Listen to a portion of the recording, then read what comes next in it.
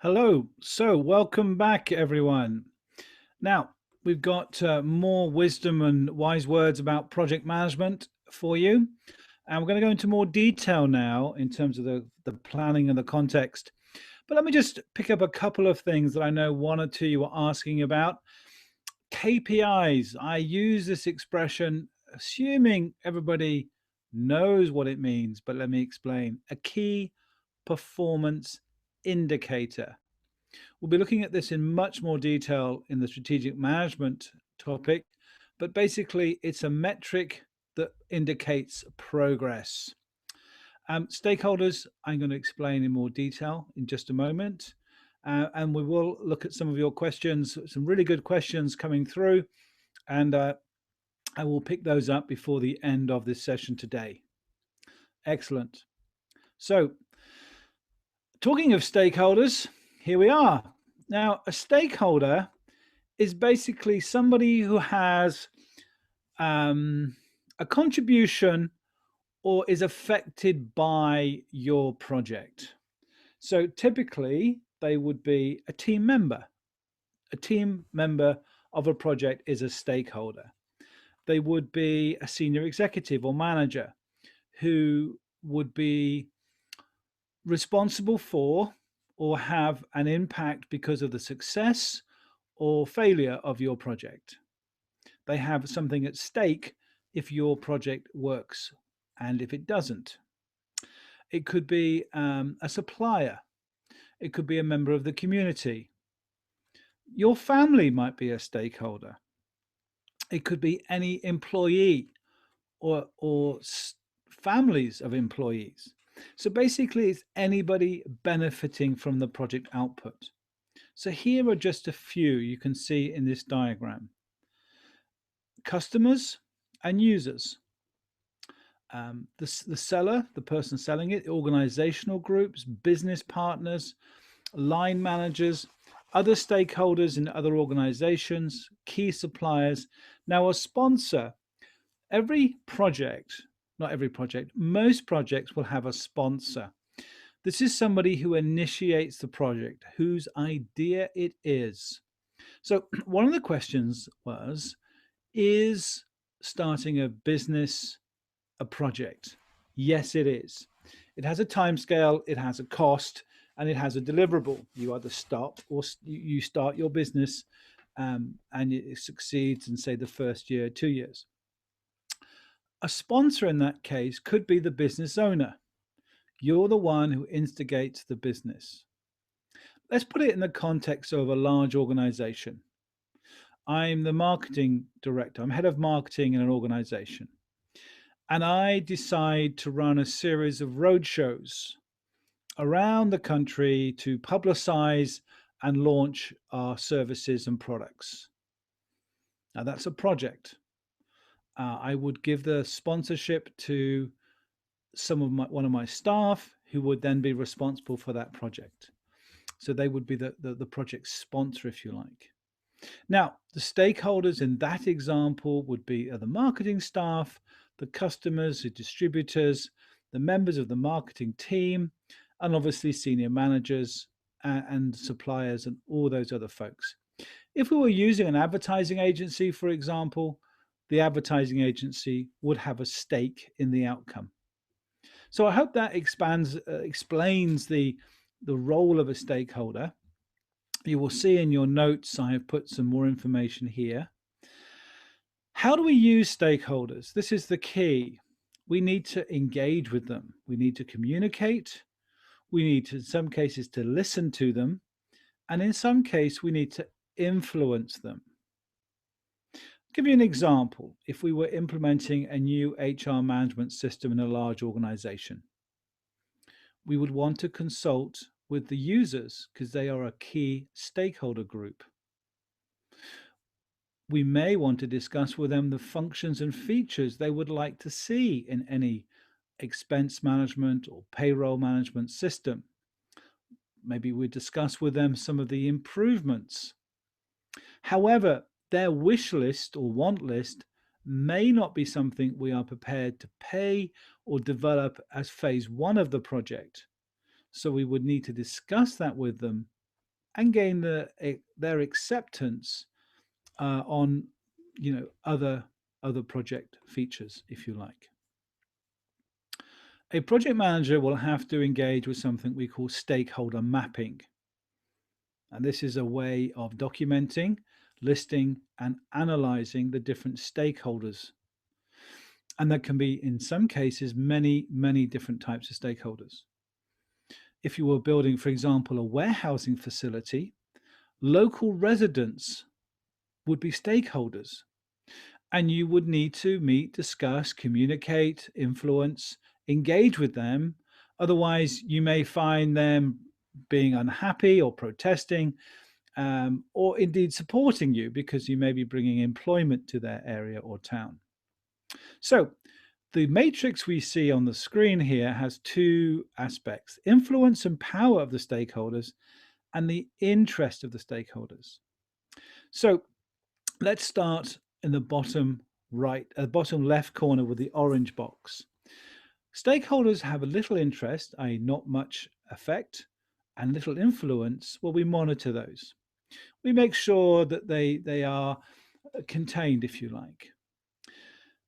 The stakeholders who have a small stake in the project, but are a very influential group, we might want to keep them up to date and satisfied as the project continues. For example, if we were developing an HR management system, the other directors in an organization, such as maybe finance or operations or marketing or sales, they are not as interested as a project as maybe others, but we do need to keep them up to speed and engaged because of their influence and seniority. Likewise, on the other side, the green box, people without too much influence or power, but have a keen interest, we need to keep them informed. In the example I'm using now, the HR management system, that would be employees. Individually, they may not have as much influence or power as a manager. And I don't mean that as a good or bad way, that's just a fact. But they do have a high stake in the success of the project. So we need to keep them informed. Updates, newsletters, emails, posters, mentioning it in their team meetings, maybe doing presentations they could come along to so they understand what changes are going to be taking place and how long, and they can ask questions and keep being involved. So turning up the communication with stakeholders, even if they're not very influential, is very, very important. And finally, the top box, the big red box there, where they have a high interest and a high influence, we manage closely, consciously, proactively, and consistently. In this case, if we were building a new HR expense management system, well, I would imagine the two key stakeholders would be head of HR, maybe the head of finance.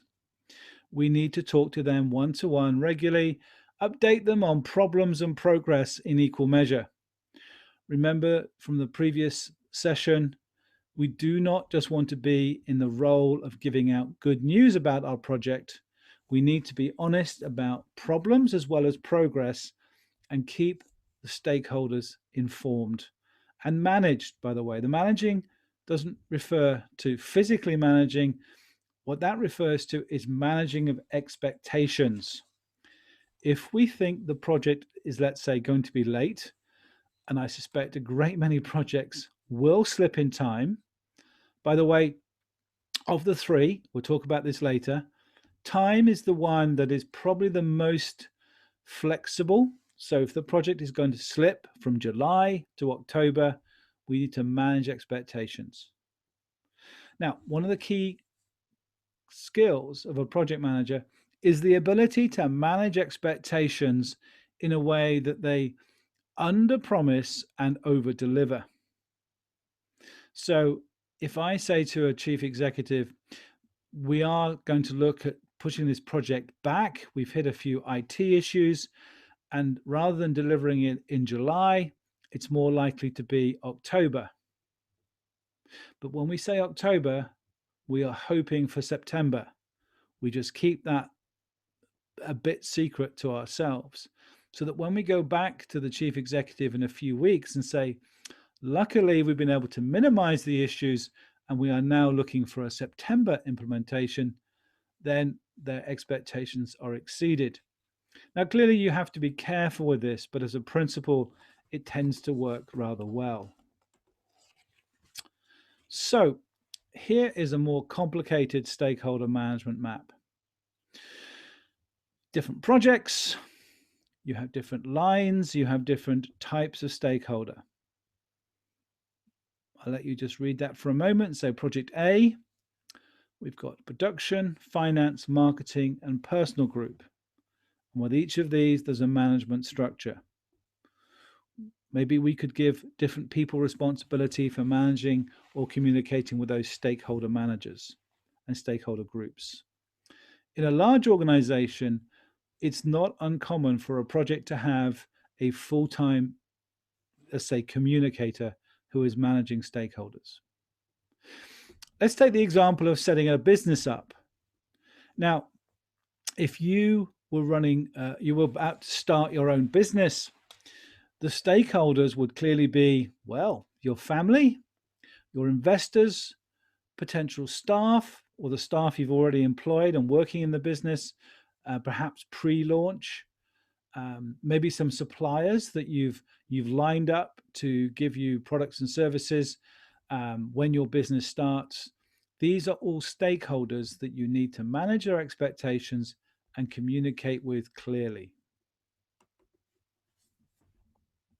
Now, let's talk about the structure of an organization in terms of project management. There are basically three types, of which the most common is almost certainly the matrix organization. So you have a list down the side, if you like, of different job titles or different individuals. And at the top, you have the different managers or departments they work in. And one person or one team may work on several different projects and report into different managers for different situations.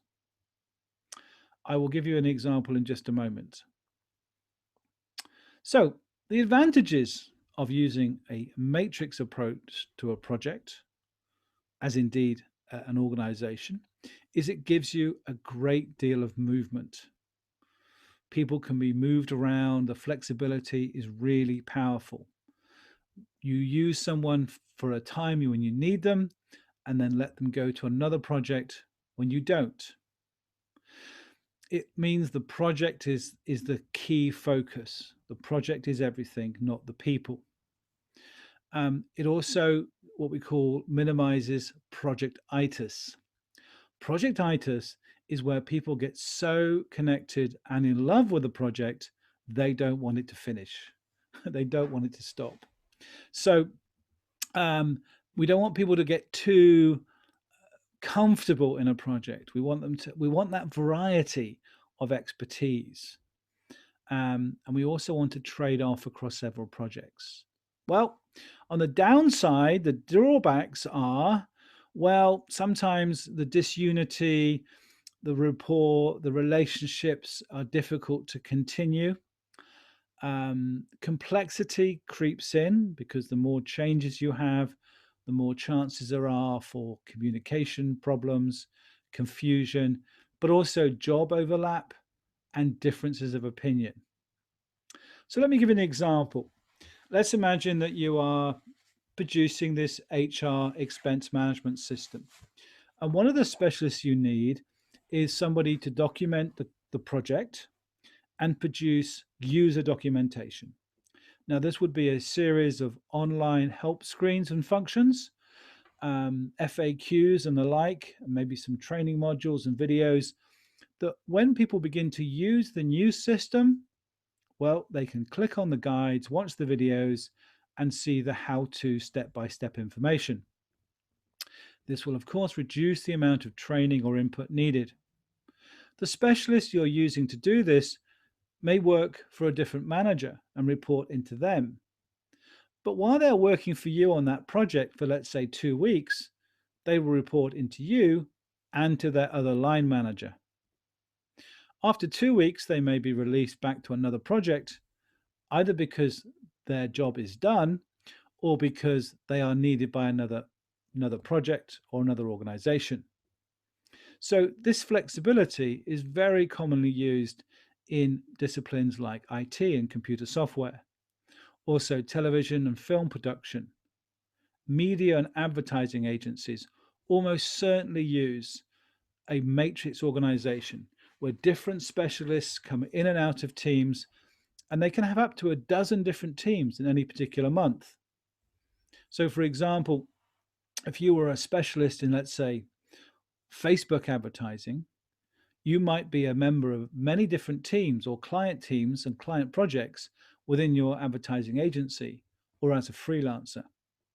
So this gives the advantage of a great deal of flexibility within the project, but maybe doesn't always have the continuity or the familiarity of having the same people in the team for a period. Okay, whoops, clicked too far. Let's go back. Now, this is what is known as a functional organization structure. It's one we're all familiar with.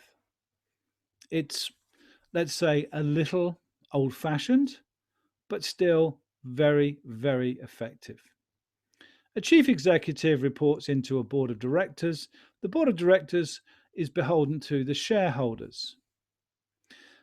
The chief executive will set up a series of, let's say, line managers or functional managers, each of whom will then have team leaders, departments, and staff.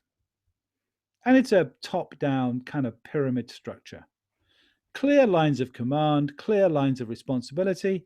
It works well. It's the basis of most public sector organizations, most military, most police forces. It kind of works. But it's changing. And what's becoming more common is a project organizational structure, where you may have the functional managers, but they then break out. And you can see the colored boxes on this graph are where these people come together for a particular project.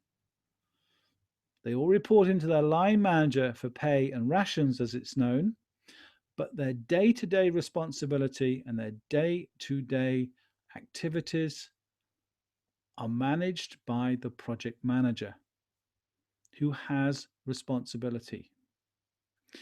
The functional managers would need to be consulted because clearly they are stakeholders, but this is the way that a project organization would differ and would overlap, if you like, map onto this functional structure.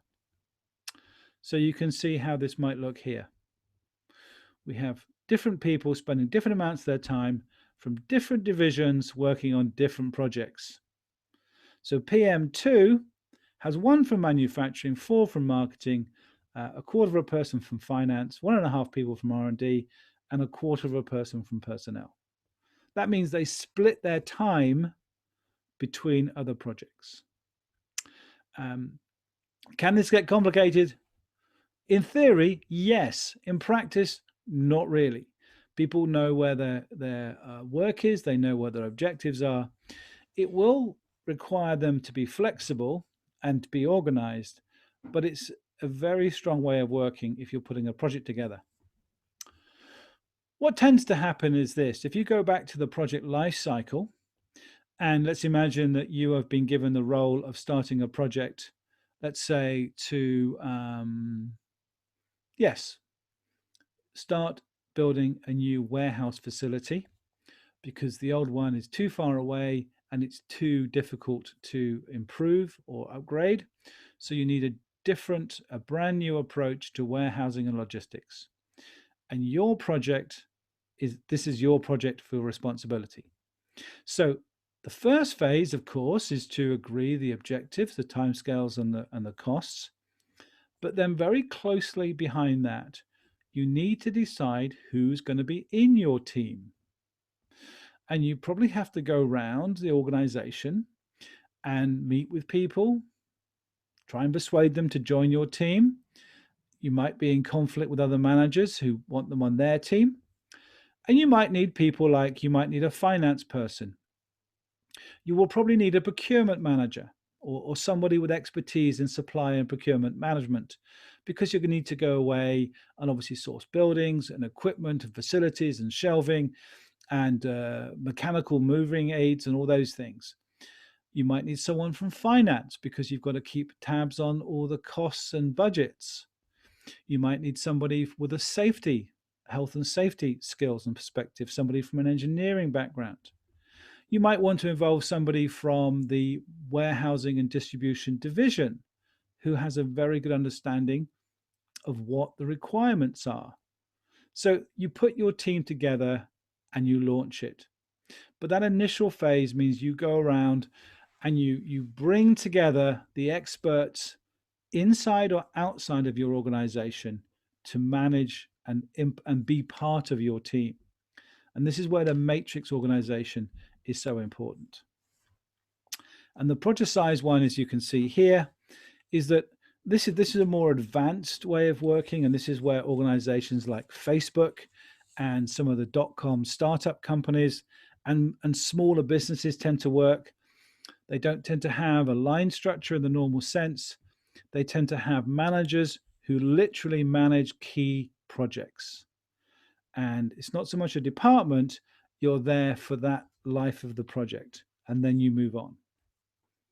But the matrix is still at the heart of this style of working. So let's look at a moment. If you were going to select some team members for your project, what do we need? It's a very small list. There are many different characteristics. Here are a few to think about. The first one is, of course, you need them to be technically competent in whatever they bring to the team. So if I wanted somebody who, for example, was going to manage the finances in my project, I would need someone who was good at that, understood all the different measurements and costings and budgeting and knew their way around a spreadsheet, shall we say. Politically sensitive. Now, what does that mean, Graham? That means someone who is diplomatic, who is careful with words, who can manage to not upset people, who can get on with people and smooth troubled waters.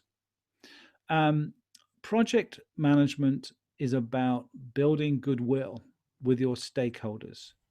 As we mentioned, things don't always go smoothly, and you need to keep people on side. So you don't want people going around unnecessarily upsetting people.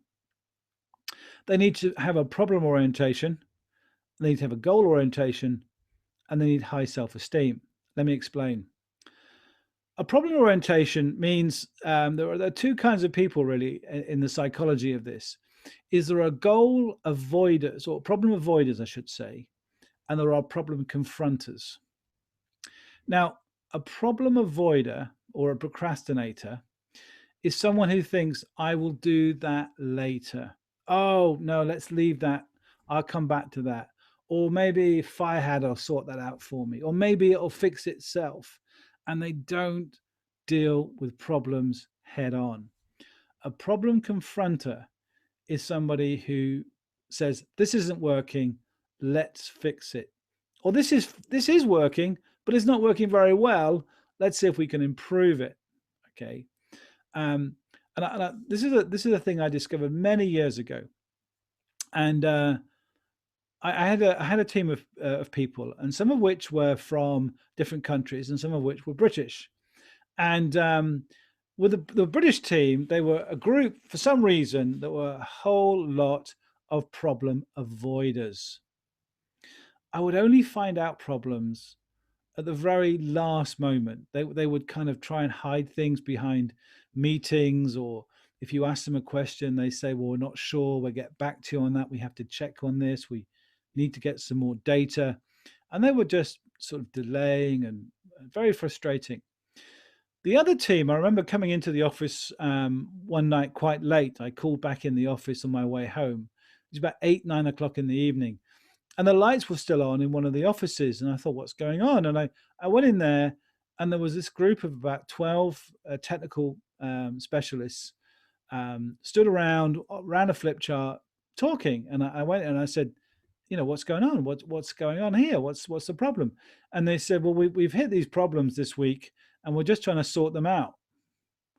And I said, well, but it's 9 o'clock at home. Why aren't you at home? It's 9 o'clock at night.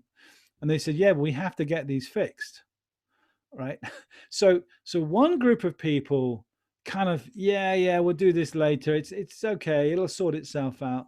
And the others are giving their time freely to get the problem sorted. What you want is people on your team who are not frightened of a problem. They get hold of it with both hands and sort it out or sort out the next stage. The people you want on your team also are about achievement and goal orientation. Whether that's for recognition or reward, it doesn't really matter. Maslow's hierarchy of needs will explain everything you need to know about goal orientation. Maslow basically was a psychologist in the 1920s, and his theories are still revered and thought of as correct today.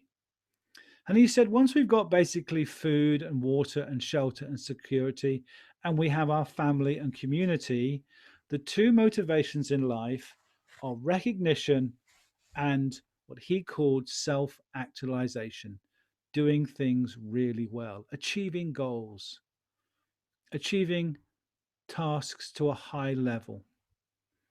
This is the people you need, people that will want to do things well for its own sake. High self-esteem means people who are confident, have high self-belief, and basically happy with who they are.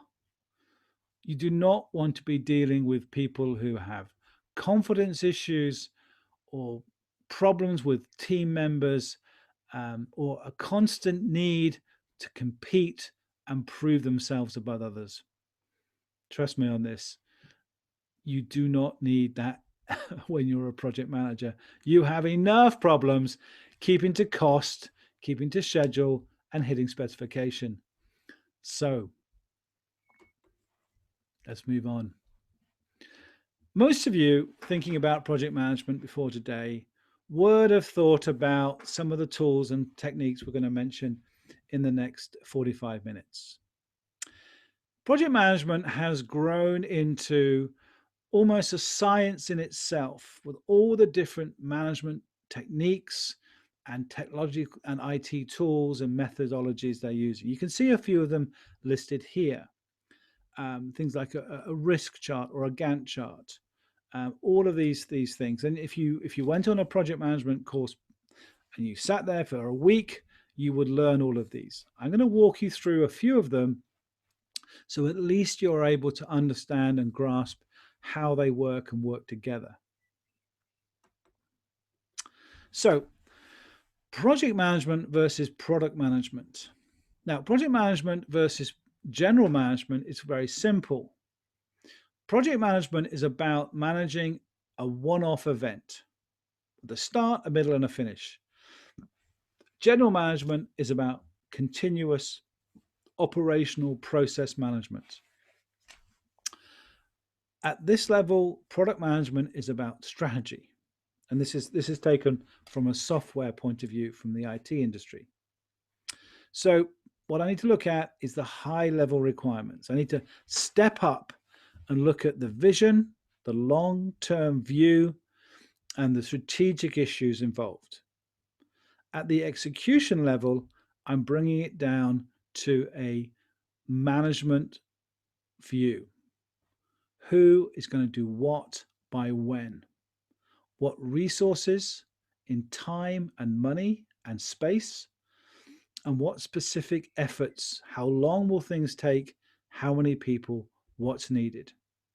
So this is the difference. If you're involved in, let's say, developing a new product or a new software process or implementing a new software operations, you go from the product management high level down to the execution level.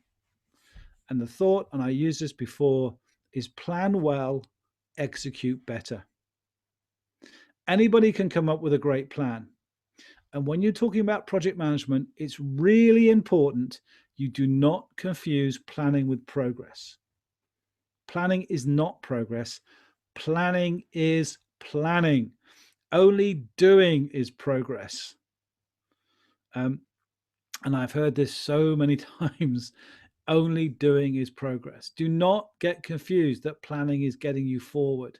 Now, planning is essential. There's no guarantee of that. But once you've got a plan that's workable, 80% right, start to implement it. And this is the whole revolution of Scrum. It's short, quick, moves forward. And by the way, the Scrum methodology has resulted in implementation of projects in less than a third of the time it would normally take. And the other frightening thing about project management is many projects never finish. They're never completed. They're never implemented. They're abandoned. And with the Scrum approach, that is very, very minimalized, very, very rare. So once you've got a strategy, turn it into action as quick and effectively as you can. So these are the 5 process groups, and they map onto the life cycle quite well. Initiating, getting it started. Planning, executing, monitoring and control. And that's constant, by the way. That goes all the way through, all the way through. It's a checking in, it's checking up. Build it in. Think of a car, okay? This is a nice analogy, right? So when you're driving a car along, it takes more energy to get the car moving at the beginning. You have to rev it up and you move it along. Once it's now rolling down the road, you can keep your foot off the accelerator because the momentum of the car will be moving. You need to steer it because the road is changing. You need to look at your dashboard of instruments, the speedometer, the fuel gauge, the lights coming on. Within your project, build a dashboard. Build a dashboard of the measures and the controls that you need to have. Here's an interesting one at Facebook until the COVID-19 crisis hit. You would expect Facebook to have a flexible approach to employee working hours. People can work from home, they can choose their own hours. Not the case.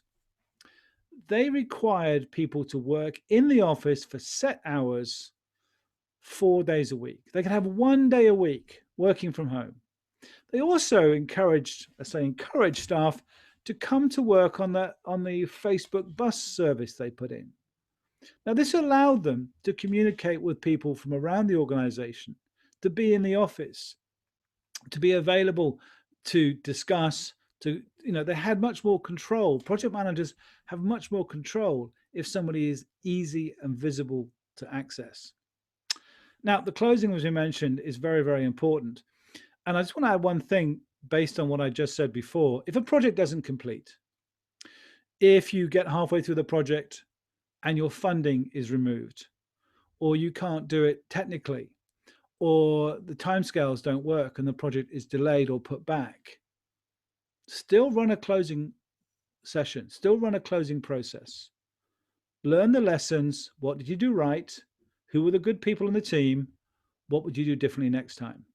This is really important. If nothing else, project management is you learn from real life more than almost any other management discipline. Now let's go back to the three keys to project management: performance, cost, and specification. By performance, I mean quality, I mean service, I mean the whatever it is you've decided to agree as a target for your project. Okay. Let's imagine you have a project to make a promotional video for your company. And this promotional video is going to be used for customers.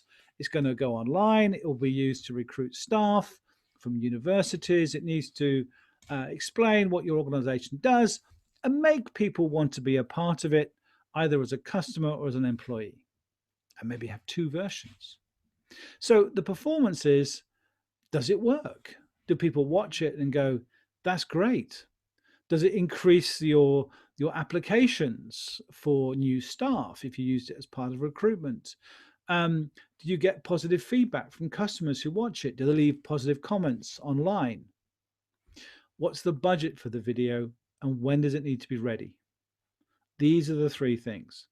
Now, as we said before, these items are flexible. And we're going to look at this in more detail as we go through. Okay, the integration is important. So there's a dynamic between them. So for example, if you wanted this video and it had to be done by next week, well, it's likely to cost you more and it may not be as good. If, however, you didn't need it until, let's say, 3 months' time, but you had a very limited budget, well, it may not be quite as good.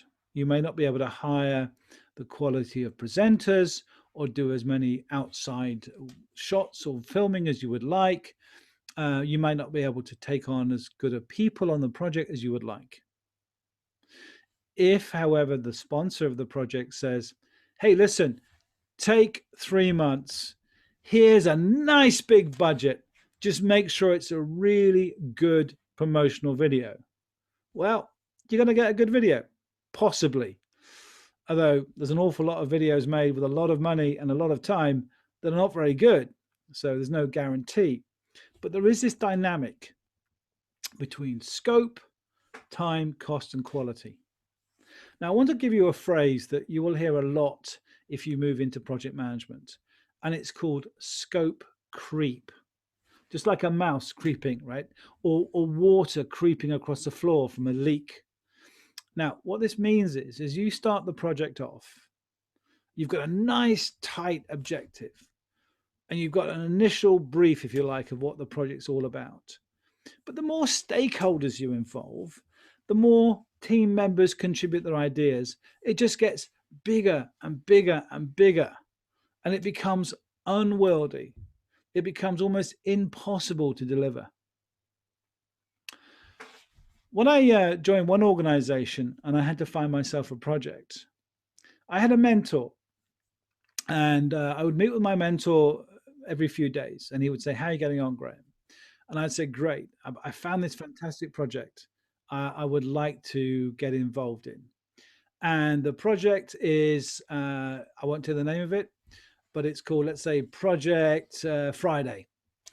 And he said, no, you do not want to get on board Project Friday.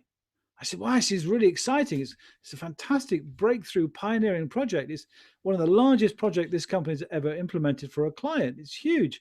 He said, yes, but it's never going to fly. It's never going to take off. It's never going to work. And I said, why? He said, because nobody can say no to the client.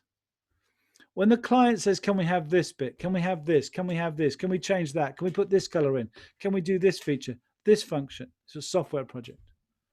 The project manager said, yes, of course, no problem. So there's this huge project that was so unwieldy and complicated, nobody could use it.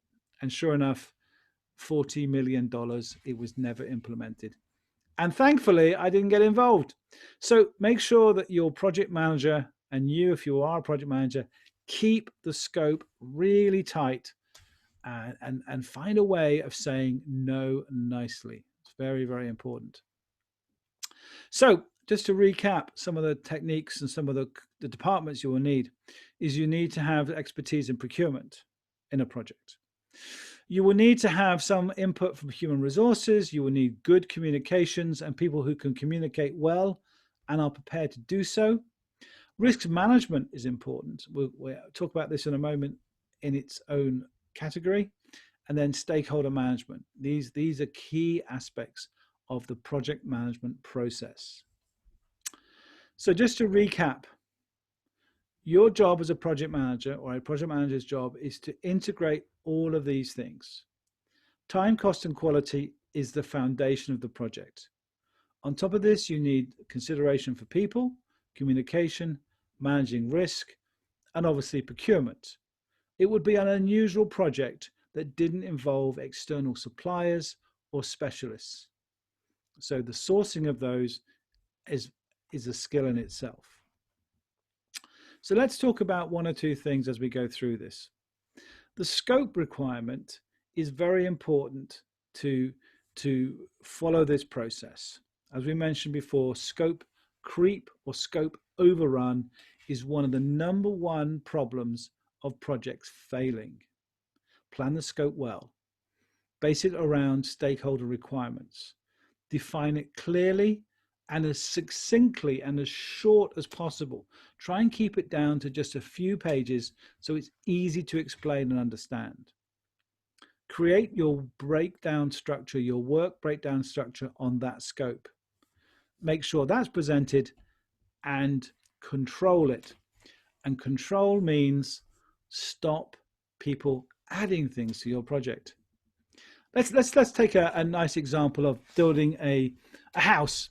So you decide to build a house and you get your design, the architect does a great job, it looks fantastic, you get your schedule of works, all the materials, you have your builders and your architects and your technicians and your electricians and your plumbers and your decorators, and they're all lined up, fantastic. And then suddenly someone says, wouldn't it be great if we put an archway in here, or we could make this room bigger, or we could put another window in there, or what about changing this or changing that? And all these little small things, and people and you and your stakeholders, in this case possibly your family or whoever you're building the house for, say, hey, that's a good idea, let's do that, let's do that, let's do that. And then 3 months later, you've got this huge, great big over budget problem because of all the small changes. And the property won't look as nice because of all the small changes either. So always focus on controlling the scope from the initial brief and objectives all the way through the project. Now, project management in terms of time comes back to this classic Eisenhower matrix. This is a classic model of how you schedule activities, tasks, and of course, priorities. Along the bottom, we have urgency, which of course is timescales. On the side, we have importance. Importance is only down to 2 considerations. What the risk, what the consequences if something happens, what's the pain if something goes wrong, and what's the gain if it goes right, the benefit, okay? So pain and gain is the relative importance of something. Urgency is about when. Now, in a project, you do not want to spend more time than you have to in the top right-hand side, important and urgent. Important, highly critical tasks which need to be done now are exhausting and are a consequence of poor work breakdown schedules. Where the project manager needs to live and where the team needs to work best is in box 2, which is on the left at the top. Important tasks before they are urgent. And this is where the 80-20 or Pareto principle comes from. The Pareto principle is definitely worth studying if you're interested in project management or indeed sales or indeed customer service. We'll mention it again and again. But do not leave things till the last minute because you need time to work on them properly. How do you make time for a project if you are beginning to overrun on timescales?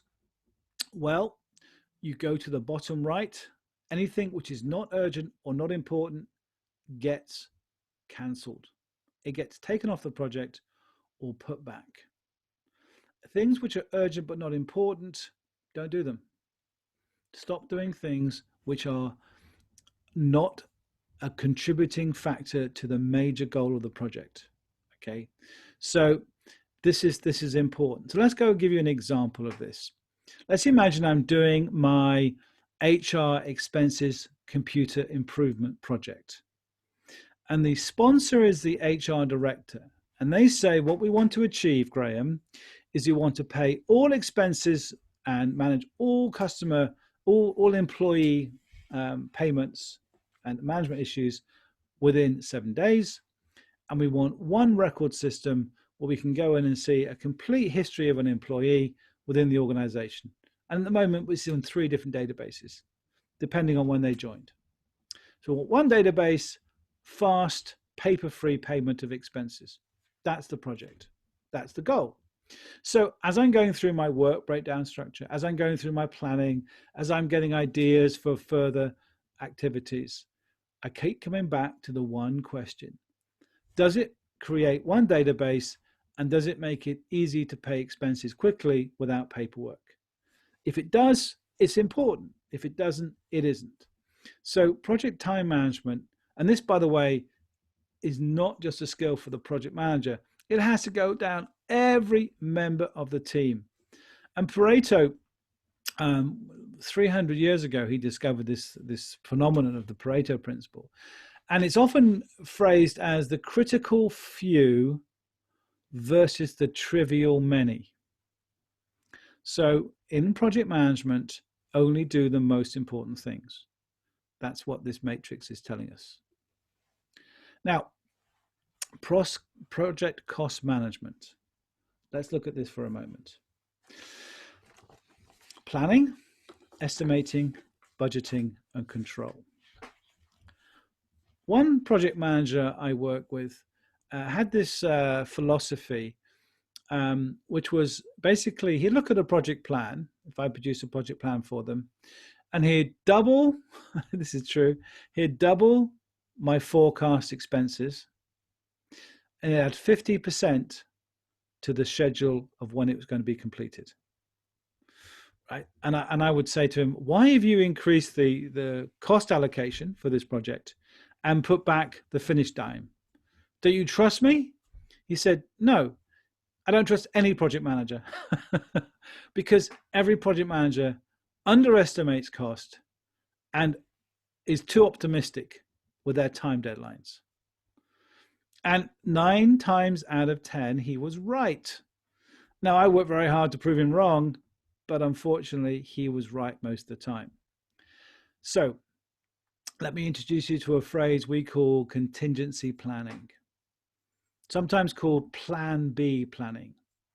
So when you begin to manage or project costs, what we're going to have is rather than one target figure, you have a range of figures between A and B, between X and Y. So let's imagine that I decide that I need, in my warehousing project, I need to hire a specialist in logistics and distribution to design the internal functionality of my warehouse. Maybe someone who has designed a stock management system for someone like Amazon, who knows all the technology and all the key methods to ensure optimum productivity. And I estimate I need that person for, say, 15 days over the course of the project. Now, in my plan, I put down 15 to 20 days, or maybe 15 to 30 days. I then estimate the cost on what that person might be to hire or use, and I put another contingency in there of around somewhere between 10 to 25%. By the way, if you bring a project in on budget, you're a hero. If you bring a project in within 5% of budget, you're probably also a hero. Okay? You bring a project in 25% over budget as a surprise, and you're a zero, right? You better have a good reason for that. I mean, a good reason that you could not have anticipated. A good reason that nobody would have seen coming. Like, for example, a change in the currency exchange rate, or oil price, or the price of property or rentals or legal fees, something like that. But try and always think of a plan B. You budget it and then you control it. There's a mantra of effective project, a kind of an unwritten law of project managers is no amount of money is too small to save. No amount of budget is too small to save.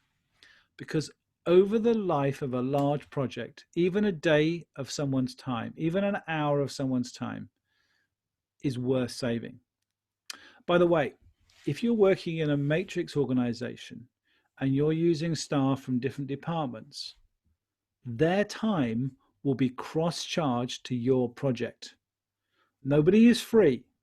So be careful of the time you use from these people. Just use what you need and budget it carefully. One of the things I used to do a lot is when people would say, oh, I can do this for you.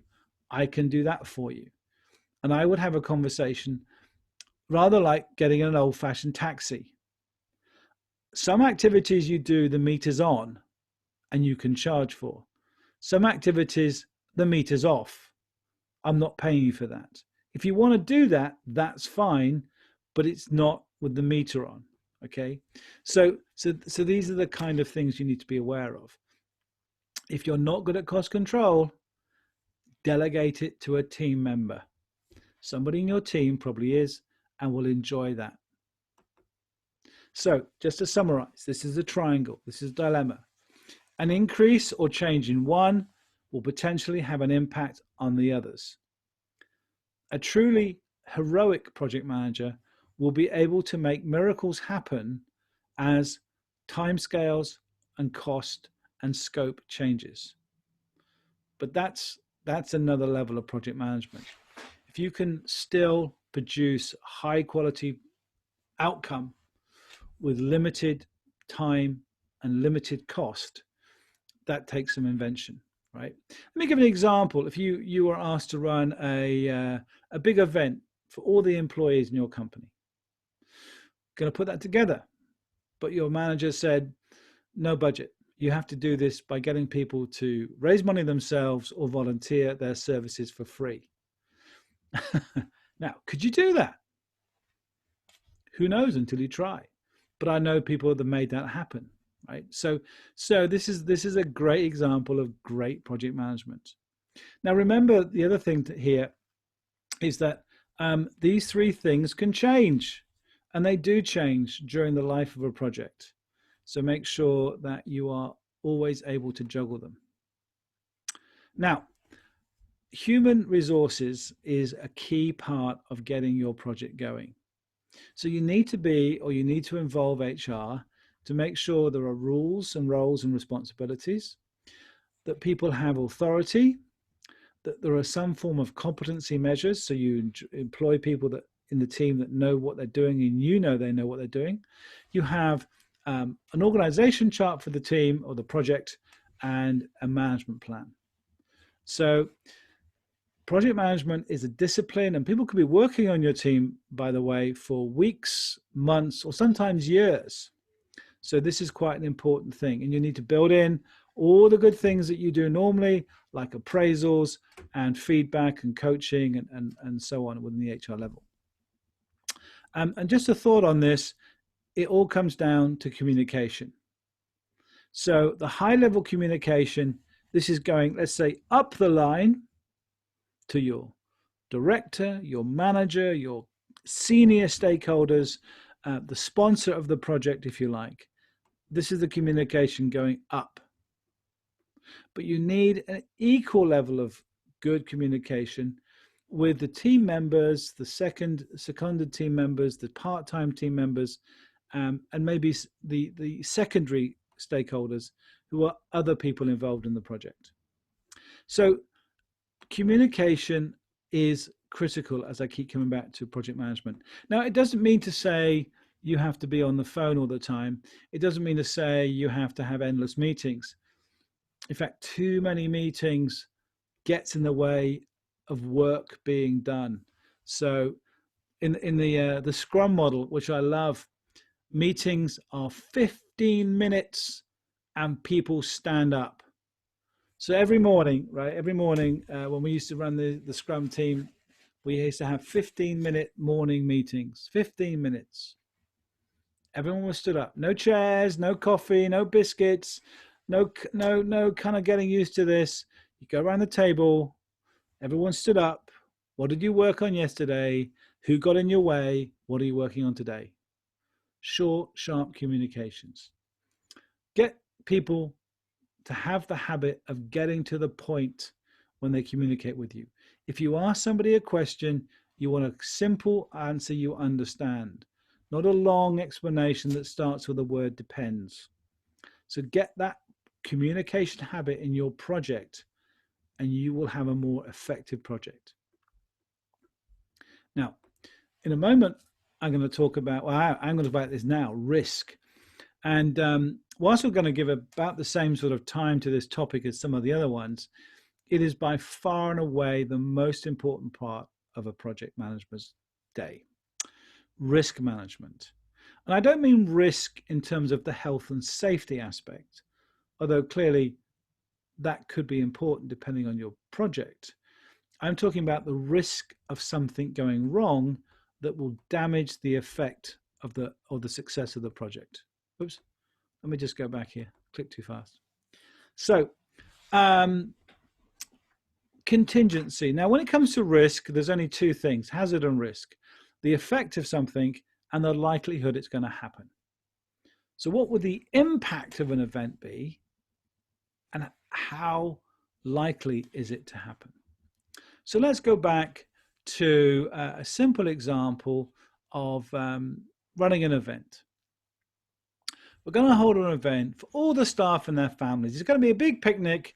It's going to be in a wonderful park and a wonderful venue, and there'll be caterers and jugglers and entertainment, and everyone's going to have a great time and feel like a big, fun family for your organization. And companies do this all the time. Now, what could go wrong? Well, the first thing is the weather may not be great. So we have some way of having an indoor venue. What else could go wrong? Well, maybe the food won't be very good. The caterers won't be up to standard, right? So is there a chance that will happen? Yes, if we've never used them before. How do we reduce the chance of that happening? We sample the food. We try them out on a smaller event. We really meet with them and discuss in detail and go through things with a really fine tooth comb, as it were, to really get to grips with the food, the way it's cooked, the taste, and the way it's served. We specify the number of staff, their uniforms, to minimize the chance the service or the food won't be great. So this is how we mitigate and manage risk down. Every project should have a risk management report, and it needs to be updated as the project goes on. Assess what the risk is and the likelihood of it happening and the impact of that. Evaluate, manage the risk out or down, measure the effectiveness and keep monitoring that and go around the circle again. Risk management is really important. Now let's go to something technical for a moment. Let's imagine we're building this software program, large database program, which is going to centralize all the database of HR records and make it easier and faster for staff to get their expenses without paperwork.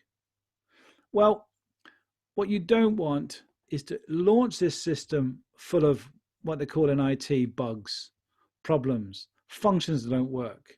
You don't want the system hanging and then people not getting their expenses or not being able to look at their records, or mistakes or inaccuracies of their record. So testing is essential, clearly, in any software program.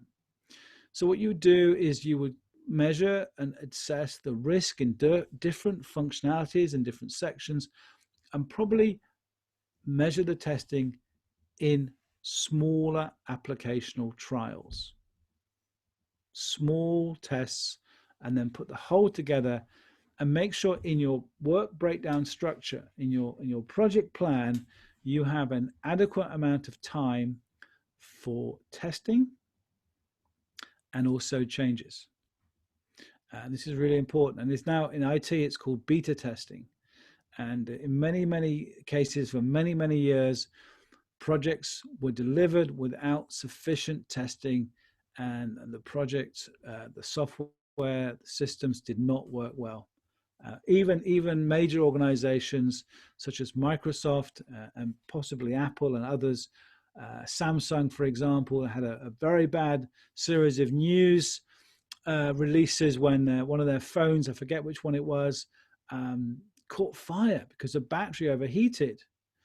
Now, project to launch a new phone, what's the chance of it catching fire? Well, it should be quite small, but it happened. So someone in that project didn't manage the risk properly. So, very important risk analysis. Just to summarize, what is the chance of something happening? Develop an analytical or simulation model and the distribution of outcomes generated by the model. So testing, adjust, testing, adjust. This is what it means. Car manufacturers, for example, when they bring out a new model or a variation on a new car, variation of an existing car in a new version, that'll be a project. It won't be a production line event. It'll be a separate team developing a prototype. And if it involves new components or new seats or new switches or a new engine or new clutch assembly, that will be tested thoroughly before being put together in the final vehicle. And they will try and do all of this in secret without journalists or members of the public finding out. So this is a very, very important. What you don't want is to launch a car into the population and then have to recall some of it because there are faults in any of the mechanical items or anything in it at all. Okay, so as a checklist, here are some thoughts. What is the time required to complete a project? What is the availability of key resources? What is the cost of those resources? And let's estimate that accurately with a contingency for going over budget. The timing of solutions to technological problems. It is likely there will be some IT issues. There'll be computer things that don't work as well or take longer to develop. And then also, if it's an external project, what is the actions taken by competitors? In the marketing course we're looking at tomorrow, we talk about something called the product life cycle. And if you were commercially developing a project for a new product or service, or the improvement of an existing product or service, if your competitors hear about this, or when the competitors see your new product or service, or your redesign or advertising campaign, they may well try and copy you or upset your project, shall we say. Okay. So these are some things to think about in terms of the uncertainties. And a project manager is good at managing forward in an uncertain world. If you need certainty, if you need everything to be 100% definite, then maybe project management is not quite right for you yet. You need to work on the basis of probabilities and of best guesses. It is something that's very important in project management. Now, as we mentioned, the word contingency plan, the plan B approach. If plan A doesn't work, well, what are you going to do? Have it documented, have it ready, have it tested. The larger the impact, the more important it is to have a contingency, even if the risk or the chance of it happening is very low. For example, a friend of mine was telling me that last year he was paid to not speak at a big conference. And I said, sorry, I didn't hear what you said. You said you got paid not to speak at a conference? He said, yeah, they flew me all the way to Dubai. I sat at the back of the conference room for 2 days and they paid me as if I was speaking, but I didn't present. And I said, well, why would they do that? And they said, well, because they had 12 speakers at this conference. It was a very high profile event. And I was there in case one of the speakers didn't show up, or was taken ill, or finished too early, all of which had happened in the past. And they were left with a big hole in their conference schedule and a fair number of unhappy stakeholders. So it was better for them to have a speaker on standby so that if that happened, he could just step up and run a session. That kind of thinking is what you need to make your project successful. Now, procurement is an art form in itself. Many of you watching this will be good at procurement. You know the whole thing, a clear, tight specification, 3 or 4 quotations, drill down to the detail, do plenty of due diligence, check out the company, not just the product. But if you are going to rely on third parties and suppliers in your project, procurement is something you cannot afford to ignore. Now, let's go back to our idea of stakeholders. In many ways, the purpose of the project is to deliver value to your stakeholders. Yes, you might want to build a new warehouse facility, or you might want to launch a new advertising campaign, or put a new IT software project in. But the only reason you want to do those things is because it adds value to whoever benefits from the project. So you have, as a professional project manager, you have a responsibility to your stakeholders, the people who will benefit, who are involved, and who initiated and indeed are funding the project.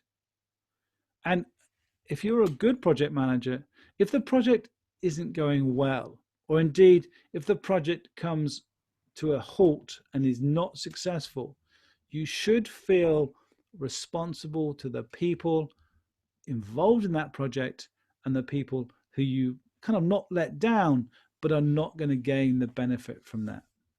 So for example, your HR database hits technical problems and will require double the amount of money and a further 6 months to fix. Now, whether you're able to persuade the management team to fund that and wait for the results, that's another question. But you have a responsibility to let's say the HR director who initiated the project and all the staff and employees who still have the same problems. So you need to take on that professional responsibility. So what am I trying to say here? A good project manager just doesn't think about just delivering the project. A good project manager thinks about the much bigger issues that their project delivers as a value proposition to all the people involved. That includes the management, the shareholders of the organization, the staff, the community, the suppliers, everybody. And accepting that professional responsibility is the starting and finishing point of good project management. Okay, so I just want to take a few minutes, literally 5 minutes, to share some examples with you. And then I think Anisha has collected a few questions that she's going to share and ask me, and I'm going to see if I can come up with some good answers to some of your questions. Let me just summarize a few of the examples. The IT, computer, and the software departments of organizations are all about projects. Yes, of course, they have a process and operations to manage, but it's really a series of projects that they're involved in. Computer upgrades, software installs, improvements on security, on user acceptance, of utilization of productivity. And one project will lead into another, and many projects will run in any organization. The larger the implementation project, the better it needs a good project management. Project management will be as important to an IT project as your choice of software and hardware. The second example is decommissioning a plant or a factory. Now, interestingly, this isn't nearly as, shall we say, as much fun as implementing a new factory. but it can be very, very efficient and very effective as a project. You will need to close the factory, decommission it safely, or the plant in a particular timescale to a particular budget and with a performance measure. This might involve reselling the facility or the land for as much money as you can get. It might mean reutilizing it for other functions within the organization, perhaps turning it into offices or car parking. Once again, improving the value you add. It's a good example that people don't always think of it as a project, but it is. Even just refurbishing an office or choosing office furniture can be a discrete project in itself. The third example is any form of outsourcing. Outsourcing, whether it's done in your own country or outside, what they call offshoring, is now a very viable and a very important method of improving the productivity and the flexibility of an organization. But the outsourcing function, the initiation of it, is a project. So a few years ago, I was involved with a large organization who outsourced over 800 customer service positions in 2 different countries. Now, the setting up of that project and the implementation of it was considerable. The management of the operation when it was done by other people. So my and my team's involvement finished the day the contact center went live. We delivered the project. We spent a certain amount of money above or below what they expected. We delivered it in the timescales that they required, yes or no. But as soon as the project was finished, we'd achieved the objective, we walked away. We went on to the next project. So project management is really about that large, complex, in many cases, task, cost, schedule, and performance. These are the 3 measures. Yes, you will have tools like a contingency plan, a work breakdown structure. A Gantt chart, by the way, is a name given to a work breakdown structure that is then put over time. So you then stretch the work breakdown into a time scales. So this is the idea of the Gantt chart. These are now becoming less popular because of literally the time it takes to produce those, and also how many hours it takes to update them, even with modern technology. The modern focus now is minimum planning, maximum execution. So I hope I've given you a really good understanding of the basic introduction to project management, some of the context that it works in with an organization, and also some of the processes involved. What I'd like to do now, if I may, is to ask Anisha, before I talk about the quiz, to share with me any questions that some of you have asked. I know she's been looking at these just for the last 10 or 15 minutes of this session here today. Anisha, are you there? Yeah, I'm here and I have a couple of questions with me. So here's the first question. This one is from Abdullah Al-Jarasi. The question is, what if the project manager faces a huge problem during the project and this prevents him from delivering the project in time? Under this circumstance, should he focus on the time or the quality of the project? Okay, very good question. A very, very common issue. Normally speaking, projects are better delivered late, but to specification. This is more important. It is a mistake to release a project that doesn't work very well just to hit a time scale. It is much better to put it back than it is to deliver it with errors, mistakes, or not fulfilling its objective.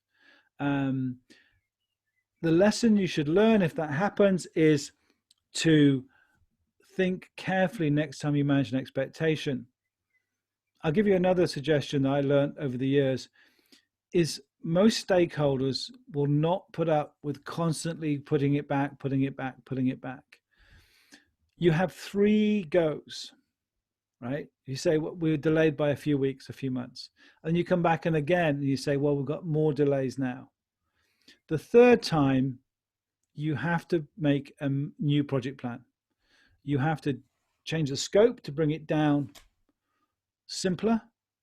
You may need to change the budget to have more money, but you won't get away in many cases with a third delay without changing some of the specifications. So yeah, better late than poor is the phrase I would use there. Hope that answers your question. One of those 3, cost, performance, or time, will always be a challenge. Another question, please, Anisha. Wonderful, thank you for answering that.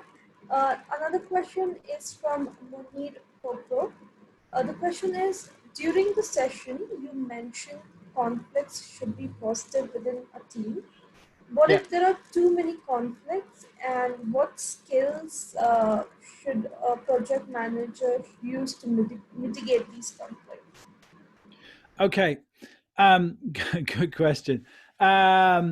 Too many conflicts. Well, the trick is here is to try and prioritize these. And when you are discussing issues, is don't have too many issues without dealing with them first. But let's imagine that you're presenting something, and people are saying, no, this is wrong, or you shouldn't be doing this, or I don't think we should do this, or it should be done this way or this way. And you say why, and they argue with you. Now, what a project manager should do is listen carefully. I mean, really listen carefully, because there might be a chance they're right. All right. But if you think they're wrong, then pause, but deal with the problem, not the person. Disassociate yourself with the emotions and the facts. There's 2 things I would ask you, though, if you're a project manager and you've got conflict. Is the situation you're in, the environment, the time of day, if people are tired or not in a good mood, they may not be able to articulate or share their problems well. But here are 2 things I always ask myself when I'm listening to someone who is disagreeing with me. Is your point based on fact or fiction? So if someone had said, I don't think this is a good idea, I would say, well, why don't you think it's a good idea? What's the science behind your statement? What facts make you think that it won't work? And very often it's about speculation, not science. Only deal with science, only deal with facts. And the second thing is, as I said right at the beginning, encourage people to come up with problems, but also encourage them to come up with solutions. So if they say, well, I don't think this is a good idea, this isn't going to work very well, you say, okay, why not? But what would work? Let's move that around. And don't be afraid to park ideas, park problems, and come back to them. I don't mean run away from them. I mean, let's go away, let's look into this and come back tomorrow. So that's a good way of diffusing conflict. But never disagree with someone just because they disagree with you. Many times you will be glad that they voiced their opinion, and it may save you from a bigger mistake, if you like. Good question. I like that. I like difficult questions. Thank you for answering that, Karan. So next one is from Mohammed Aid, and he says he's got a little background on Scrum project management and Yeah. would like to know your opinion on using such a structure in a long life project such as construction project, which is very different from software based project. Yeah. Okay. Well, if I understand it correctly, construction projects are slightly different for two main reasons. One is you have usually a large health and safety consideration in any project that involves construction, and there's lots of regulations and rules around that. And if you don't know that, or you don't know construction techniques as well, you could be in a big problem. I know people who have tried to sort of run a project without understanding those two areas. The cost implication of a project involving construction is also very high. So if you don't have experience of construction, but you're a good project manager, then make sure you've got people in your team who are able to advise you of that. The principles I've talked about today will work very much in project management in construction. Absolutely, absolutely. Um, One nice thing about construction projects is they are more likely to have a fixed team of people who will work together on a project for a period of time. Yes, specialists will come and go, but you will have a team, and that team can have a really good rapport and relationship, and that will work really well.